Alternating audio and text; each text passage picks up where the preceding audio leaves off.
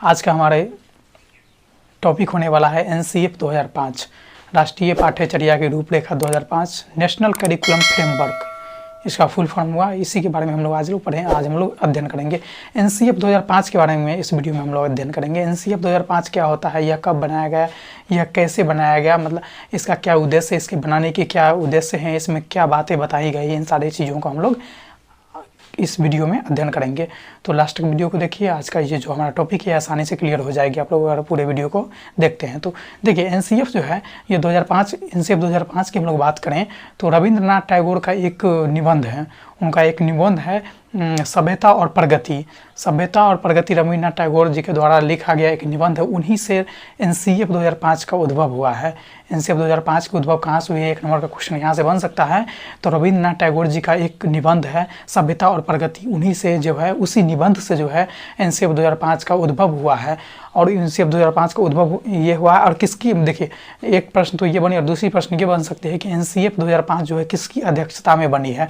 तो मानव संसाधन विकास मंत्रालय जो है उसी के अनुरूप जो है प्रोफेसर यशपाल जी की अध्यक्षता में जो है एनसीएफ 2005 का निर्माण किया गया था। उनमें अध्यक्षता में थे प्रोफेसर यशपाल जी, वैसे कई सारे वैज्ञानिक विद्वान लोग भी उसमें उपस्थित थे, लेकिन अध्यक्षता कौन कर रहे थे तो प्रोफेसर यशपाल साहब।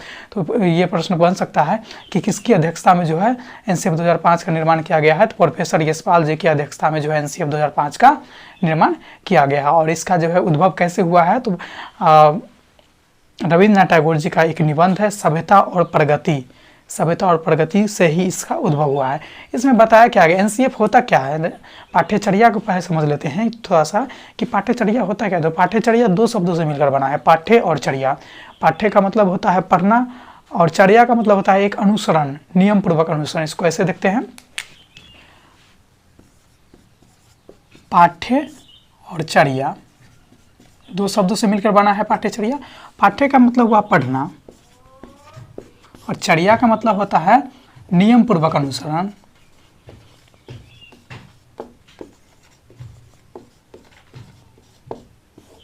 पाठ्य का मतलब हुआ पढ़ना और चर्या का मतलब हुआ नियम पूर्वक अनुसरण। मतलब पढ़ना तो है लेकिन एक नियम के अनुसार। जैसे चर्या का मतलब भी होता है कि एक नियम बना दिया, जैसे दिनचर्या होता है, दिन में क्या क्या चीज़ करते हैं सबका अपना नियम रूटीन बना होता है। चर्या का मतलब वही रूटीन होता है। पढ़ना तो है लेकिन किसके अनुसार, तो एक रूटीन के अनुसार, एक रूटीन जो हमको दिया गया है वही पाठ्यचर्या होता है। तो एनसीएफ 2005 में भी एक हमको रूटीन दिया गया है कि सारे विद्यालय में इस तरह का कार्यक्रम किया जाना चाहिए, ऐसे किया जाता है, इन चीज़ों को रखना चाहिए, इन चीज़ों को नहीं करना चाहिए। एक रूटीन बता दिया गया है, एक दिशा निर्देश दिया गया है, उसी के अकॉर्डिंग जो है सारे विद्यालय में इस तरह का रूल्स को फॉलो किया जाता है। तो यही एनसीएफ 2005 है। इसमें कुछ इंपॉर्टेंट बातें बताई गई, जैसे कि हम सबसे पहले की बात करें कि हमारा जो है ज्ञान को सिर्फ स्कूली जीवन में ही नहीं रखना है, स्कूल के बाहर से जोड़ना है। मतलब क्या है कि ज्ञान को स्कूल के बाहर की दुनिया से जोड़ना है, ये उसका पहला पॉइंट है। एनसीएफ 2005 का जो पहला पॉइंट है कि स्कूल को जो है ज्ञान को जो है स्कूल के बाहरी दुनिया से जोड़ना है। ये क्यों बोल रहा है, जैसे कि मान लीजिए आप किसी चीज़ को जो है आप पढ़ा रहे हैं, उसका पढ़ने का उसका जीवन में कुछ ना कुछ उद्देश्य होना चाहिए। अगर उसका कोई उद्देश्य है ही नहीं तो फिर वो तो हमारे लिए यूजफुल नहीं है, वो हमारे लिए उपयोगी नहीं है। इसीलिए जो भी ज्ञान है उसको स्कूल के बाहरी जीवन से भी उसको जोड़ना चाहिए। और दूसरी चीज़, एक पहला उद्देश्य इसका ये हुआ। दूसरी बात इसको इस तरह से समझ सकते हैं, स्कूल के बाहर से क्यों जोड़ने को बोल रहा है। जैसे मान लीजिए किसी चीज़ के बारे में आप विद्यार्थियों को शिक्षा दे रहे हैं, जैसे आम के पौधे के बारे में बता रहे हैं कि उसमें इतना बड़ा पौधा आता है, इस तरह के पत्ते होते हैं, इस तरह के फल आते हैं, तो वो तो स्कूल में आप बता दिए, लेकिन उसके बाहर इसी ज्ञान को उसके बाहरी जीवन से जोड़ेंगे कि साक्षात में एक आम के पौधे तक ले जाएंगे और बालक को बताएंगे इन चीज़ों के बारे में, तो बालक उसको देख के जल्दी सीखेगा। इसीलिए बोला जाता है इसका दो उद्देश्य, एक तो उसके व्यवहार में उस चीज़ों का आना चाहिए, उसके ज्ञान का व्यवहार में उपयोग होना चाहिए, और दूसरी चीज़ की अगर आप स्कूल के बाहर से उसको जोड़ते हैं तो वो चीज़ें आसान बन जाती है समझने के लिए। दूसरा इसका उद्देश्य हमारा कि रटंत प्रणाली को खत्म करना। रटंत प्रणाली को ख़त्म करना है, मतलब कि रटने की जो भी रटकर जो पढ़ाई की जाती थी और किया जाता है उसको ख़त्म करना है। एनसीएफ 2005 साफ कहता है कि रटंत प्रणाली को ख़त्म करना है। रटंत प्रणाली को विद्यालय में या शिक्षण के कार्य में उसको लाना ही नहीं, बिल्कुल ही लाना नहीं है। रटंत प्रणाली को ख़त्म किस लिए करना चाह रहा है कि कोई भी चीज़ को आप रट कर याद कर लीजिएगा तो वो भूल जाइएगा, उसको अच्छे से उसको उतना डीप में नहीं समझ पाएगा। जैसे कि एक हाथी के बारे में शिक्षक अपने विद्यार्थियों को बताते हैं कि हाथी के दो बड़े बड़े कान होते हैं, पैर मोटे मोटे होते हैं, एक बड़ा सा सूंड होता है, हाथी खुद भी बहुत बड़ा जानवर होता है। ठीक है, बालक इसको रट लिया, हो सकता है कुछ दिनों बाद, 1 महीने 2 महीने, 1 साल बाद, 2 साल बाद, 4 साल बाद इन चीज़ों को भूल जाएगा। लेकिन वही आप उसको जो है बालक को कहीं बाहर ले जा करके हाथी को वास्तविकता में दिखा देंगे, वास्तव में उसको हाथी के सामने खड़ा कर देंगे बालक को, तो हाँ जो चीज़ आप बताएं कि हाथी के 2 बड़े कान हैं, पैर बड़े बड़े होते हैं, सूंड बड़े हैं, तो इन चीज़ों को बालक खुद देखेगा, और जब देखेगा ना तो उसके दिमाग में ये चीज़ सेट हो जाएंगे कि वो चीज़ उसको दिमाग में बैठ जाएंगे, वो ज़िंदगी में कभी नहीं भूलेगा उन चीज़ों को। इसीलिए कहता है कि रटंत प्रणाली को खत्म करना है, पढ़ाई को जो है समझ पर आधारित करना है, उसका तर्क वितर्क के साथ उसको पढ़ाई कराना है, ताकि उसको सब दिन के लिए वो उपयोगी में ला सके, सब दिन उसको याद रहे। इसलिए इसका दूसरा एम है कि रटंत प्रणाली को खत्म करना है। तीसरा है हमारा कि परीक्षा को लचीला बनाना तथा कक्षा कक्ष की गतिविधियों को भी शामिल करना। परीक्षा का लचीला शब्द का मतलब होता है यहाँ पर कि परीक्षा को जो है बदलाव उसमें बार बार किया जा सके, इस तरह का परीक्षा बनाना है।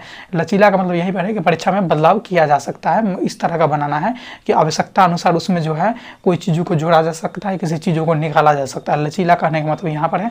और दूसरी चीज़ कह रहा है कि कक्षा कक्ष की गतिविधि जो भी है उसको उसमें शामिल करना है, मतलब परीक्षा से उसको जोड़ना है। कक्षा कक्ष में जितनी सारी गतिविधियां होती है उसको जो है कक्षा कक्ष की जो भी गतिविधि उसको परीक्षा से जोड़ना है। ये एनसीएफ 2005 का उद्देश्य है, उसमें इस तरह का रूल बनाया गया है। चौथे पॉइंट के बारे में हम लोग बात करते हैं तो ये है कि पाठ्यचर्या का विकास इस प्रकार से किया जाए जिससे बालक के सर्वांगीण विकास का अवसर प्राप्त हो सके।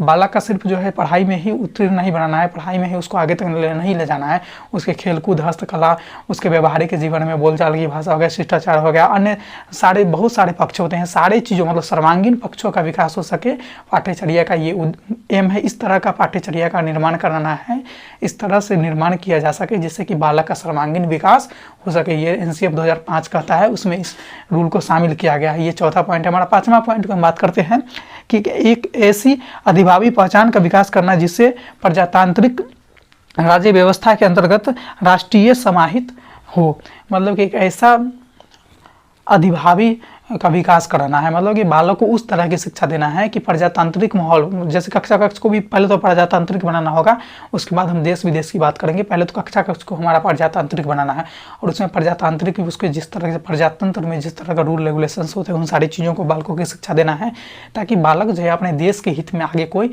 कदम बढ़ा सके, अपने देश के लिए कुछ सोच सके। इस तरह का ज्ञान भी कराना पाठ्यचर्या का ही मेन उद्देश्य होता है। यही आज का हमारा टॉपिक था एनसीएफ 2005। आप लोग, मैं उम्मीद करता हूँ कि इन चीज़ों को आपने अच्छे से समझे होंगे।